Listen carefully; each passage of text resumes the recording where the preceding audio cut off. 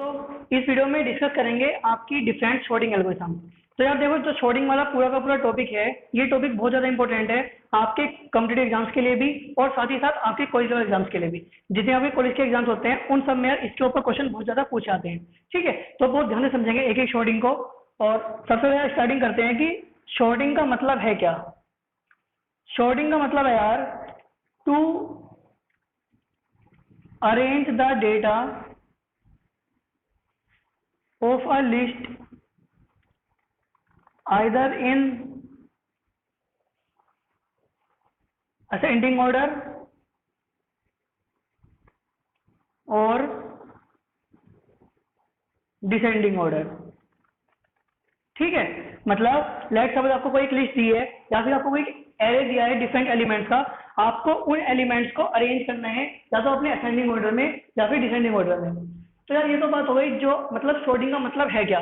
अब बात आती है कि हमें शॉर्टिंग की जरूरत पड़ी क्यों। भाई अब तक हम क्या बिना शॉर्टिंग के काम नहीं कर पाते, आराम से कर सकते थे। बस सबसे बड़ा फायदा क्या है कि जब भी मैं किसी लिस्ट पर या फिर किसी भी डेटा स्ट्रक्चर आप पे शॉर्टिंग लगाता हूँ तो उससे आपके एलिमेंट्स एक प्रॉपर ऑर्डर में आ जाते हैं। जब आपके प्रॉपर ऑर्डर में आ जाते हैं तो आपको अपनी किसी भी चीज को सर्च करने के लिए और अलग अलग डिफरेंट ऑपरेशंस में यार ये ऑपरेशन बहुत काम का है। मतलब अगर मैं आपकी डिफरेंट प्रॉब्लम्स की बात करूं तो बहुत सारी प्रॉब्लम्स पे अगर मैं आपकी शॉर्टिंग एल्गोरिथम अप्लाई करता हूं तो शॉर्टिंग एल्गोरिथम अप्लाई करने के बाद उस प्रॉब्लम का सॉल्यूशन इफिशिएंटली फाइंड आउट करना बहुत इजी रहता है।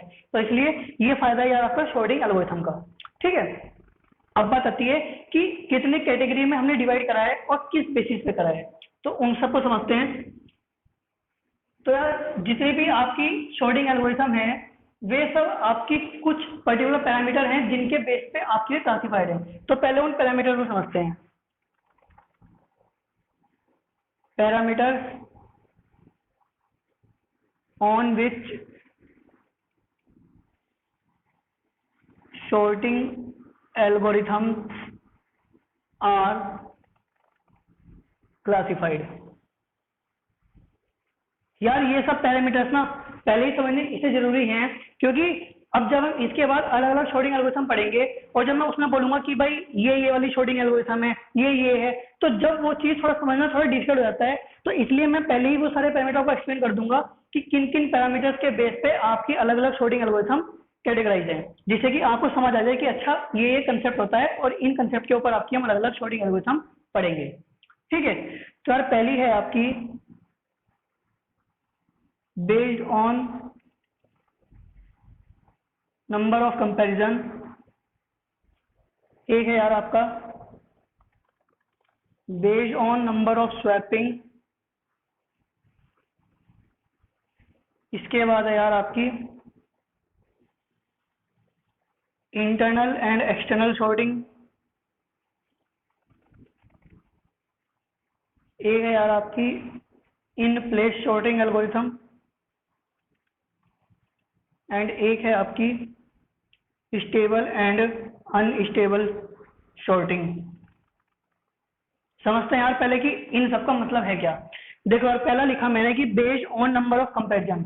मतलब लेट सपोज आपको एक एरे दिया हुआ है कुछ एलिमेंट्स का, आप वहां पे क्या करोगे, आप किन्हीं दो एलिमेंट को कंपेयर करोगे एंड देन कंपेयर करने के बाद आप उन दो एलिमेंट में से किसी एक एलिमेंट को अपनी ओरिजिनल पोजीशन पे ले आओगे एंड दूसरे को फिर आप आगे से कंपेयर करोगे।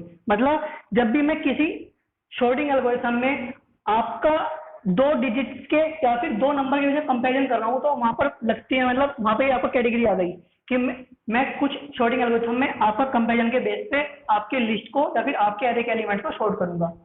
दूसरा तरीका है यार कि मैं वहां पे स्वैपिंग करूंगा। मतलब लेट सपोज एक पहली इंडेक्स का एलिमेंट है और एक आखिरी इंडेक्स का एलिमेंट है, मैंने दोनों को चेक करा, जो छोटा हुआ मैंने मतलब उनकी स्वैपिंग कर दी। जब मैं मतलब कुछ किसी एरे में आपका अदला बदली वाला खेल करूंगा तो यार वो आता है मतलब कि आपका मैं वहां पे आपका स्वैपिंग कंसेप्ट यूज कर रहा हूँ। अभी हम समझेंगे यार आपकी बहुत सारी शॉर्टिंग एल्गोरिथम है जो मैं डिस्कस करूंगा, काफी सारी इंपॉर्टेंट है सारी की सारी। तो उन सब में आपके इनमें से ही कोई ना कोई टाइप लगेगा और इन्हीं में से मतलब इनमें ही वो किसी ना किसी में आपकी कैटेगराइज होगी। ठीक है, नेक्स्ट है आपकी इंटरनल एंड एक्सटर्नल शॉर्टिंग। ये तीनों इंपॉर्टेंट है यार, इन तीनों को थोड़ा ध्यान से समझना जो लास्ट ये लिखे हैं। इंटरनल एंड एक्सटर्नल शॉर्टिंग क्या मतलब है। इंटरनल शॉर्टिंग एल्गोरिथम वो होती है यार कि जैसे लेट सपोज मैंने किसी लिस्ट पर आपके सॉर्टिंग एल्गोरिथम अप्लाई करी एंड प्रोसेसिंग करते हुए अगर उसने आपका सारा का सारा डेटा अपनी मेन मेमोरी में रख लिया, मतलब all data present in main memory during execution, अगर एग्जीक्यूशन के दौरान सारा का सारा डेटा आपका मेन मेमोरी में प्रेजेंट है तो मैं उसको बोलता हूँ आपकी इंटरनल सॉर्टिंग। एक्सटर्नल सॉर्टिंग क्या होती है कि आपका सारा का सारा डेटा मेन मेमोरी में प्रेजेंट ही नहीं है, आपका कुछ डेटा मेन मेमोरी में और कुछ आपका एक्सटर्नल डिवाइस में स्टोर है, जैसे कि आपकी हार्ड डिस्क हो गई, ठीक है, आपकी टेप्स हो गए, कुछ ऐसे, मतलब जहां पे आपका प्रोसेसिंग करते हुए डेटा आपका एक्सटर्नल मतलब मेन मेमोरी से अलग कहीं स्टोर है तो हम उसको बोलते हैं external sorting. And internal sorting जब आपका सारा का सारा डेटा प्रोसेसिंग करते हुए आपकी मेन मेमोरी में प्रेजेंट है। नेक्स्ट है आपकी in place sorting algorithm. In place sorting algorithm क्या होती है यार, जैसे लेट सपोज मैंने आपको एक एरे दिया और मैंने कहा कि इस एरे पे आपको एक सॉर्टिंग एल्गोरिथम अप्लाई करनी है। लेट सपोज मैंने ये एरे दिया, ठीक है, और मैंने कहा कि आपको इस पर सॉर्टिंग अप्लाई करनी है। अगर जो मेरा आउटपुट आ रहा है, जो भाई जब मैं इसका आउटपुट लाऊंगा तो वो क्या आएगा, वो आएगा आपका 2 4 5 6 7, ठीक है। तो जब आपका आउटपुट आ रहा है आफ्टर सॉर्टिंग, अगर वो आउटपुट आपका सेम एरे में आ रहा है, मतलब लेट सपोज मैंने आपको एक इनपुट एरे दिया था ए, आपने कुछ प्रोसेसिंग करी और प्रोसेसिंग करने के बाद जो आउटपुट आया वो इसी एरे में आया, मतलब हमने कुछ इसी एरे में कुछ ऐसे चेंजेस करे हैं जिसकी वजह से आपका जो ऑर्डर है एलिमेंट्स का वो मेरा एक पर्टिकुलर अरेंजमेंट में आ गया, मतलब या तो असेंडिंग ऑर्डर में या फिर डिसेंडिंग ऑर्डर में, जहां पर हम आपकी सॉर्टिंग करते हुए कोई एक्सटर्नल स्पेस यूज नहीं करेंगे, मतलब मैंने उसी एरे में कुछ चेंजेस करे हैं, उसी लिस्ट में कुछ चेंज करे हैं, उनको बोलता हूँ यार मैं आपकी इन प्लेस सॉर्टिंग, ठीक है। और ऐसी सॉर्टिंग एल्गोरिथम जहां पर मैं आपका एक्सटर्नल एरे या फिर एक्सटर्नल स्पेस यूज करूंगा, मतलब किसी और स्पेस में या फिर किसी और एरे में आपका आउटपुट आएगा, तो उनको बोलते हैं हम आपकी आउट प्लेस सॉर्टिंग, ठीक। अब नेक्स्ट है आपकी स्टेबल एंड अनस्टेबल सॉर्टिंग। इसको समझते हैं क्या मतलब है। जैसे यार लेट सपोज मैंने आपको एक एरे दिया 5 2 4 2 6, ठीक है, और मैंने आपको कहा कि आपको इस एरे पर सॉर्टिंग लगानी है और आपका आउटपुट क्या आएगा 2 2 4 5 6। स्टेबल सॉर्टिंग क्या बोलती है, अगर आपके इनपुट एरे में, ये आपका इनपुट एरे है, अगर आपके इनपुट एरे में एक ही एलिमेंट एक से ज्यादा बार आ रहा है, जैसे 2 आपका 2 बार आ रहा है, तो लेट सपोज इनपुट एरे में इस वाले 2 की इंडेक्स थी 1 और इस वाले 2 की इंडेक्स थी 3, मतलब 1 वाली इंडेक्स जो 2 है वो पहले आ रहा है और 3 वाली वाला बाद में आ रहा है। तो जब आउटपुट में आपका जो एरे आएगा उसमें भी आपका जो 2 1 वाली इंडेक्स पर है वो पहले आना चाहिए और जो 3 वाली इंडेक्स पर है वो बाद में आना चाहिए, मतलब दोनों तो है सेम, बट जो आपका पहली इंडेक्स पर आ रहा है इनपुट एरे में, अगर वो आउटपुट में भी पहले पे आ रहा है और बाद वाला बाद वाली पे आ रहा है, तो ऐसी सॉर्टिंग को बोलते हैं यार हम आपकी स्टेबल सॉर्टिंग, ठीक है। समझ गया ना, मैंने आपको बिल्कुल इजी लैंग्वेज में बताया ये चीज कि अगर आपके इनपुट एरे में एक ही वैल्यू एक से ज्यादा बार आ रही है तो जो वैल्यू आपकी पहले इंडेक्स पे होगी, मतलब किसी पहले इंडेक्स पे होगी, वो आउटपुट में पहले आनी चाहिए, और जो इनपुट एरे में किसी बाद वाली इंडेक्स पर होगी वो आपके आउटपुट में बाद में आना चाहिए। अगर आपका ये ऑर्डर मेंटेन रखता है तो ऐसी सॉर्टिंग को बोलते हैं आपकी स्टेबल सॉर्टिंग। और अगर लेट सपोज ये वाला 2 तो आपका पहले आ गया, ठीक है, और ये वाला बाद में आ गया, तो इसको बोलते हैं हम आपकी अनस्टेबल सॉर्टिंग, ठीक। तो यार ये सब थे आपके डिफरेंट कैटेगरी जिनके बेस पे आपकी डिफरेंट सॉर्टिंग एल्गोरिथम क्लासिफाइड है। अब देखते हैं यार कि हम कौन कौन सी सॉर्टिंग एल्गोरिथम आपके पढ़ेंगे जो कि काफी इंपॉर्टेंट हैं। सॉर्टिंग एल्गोरिथम्स यार हम काफी सारे पढ़ेंगे, जिसमें से एक पढ़ेंगे सबसे पहले हम आपकी बबल शॉर्ट।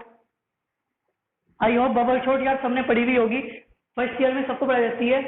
अगर कोई फर्स्ट ईयर का बच्चा देख रहा है और उसके लिए नहीं होगी तो और मजा आएगा उसको समझने में, और हम काफी अच्छी तरह समझेंगे एक एक शॉर्टिंग को कि कैसे वो शॉर्टिंग आपकी काम करती है, वो शॉर्टिंग क्यों बनी है आपकी, कहाँ से उसका जो कंसेप्ट है वो लाया गया है, और साथ ही साथ उसकी कॉम्प्लेक्सिटी, उसका बेस्ट केस, उसका वर्स्ट केस क्या है, और उसमें हम क्या किसी शॉर्टिंग एल्गोरिथम में कुछ इंप्रूवमेंट कर सकते हैं जिससे कि उसकी कॉम्प्लेक्सिटी को हम थोड़ा इंप्रूव कर पाए। ठीक है, तो हम ये सब चीजें देखेंगे। पहली है बबल शॉर्ट, देन है यार आपकी सिलेक्शन शॉर्ट,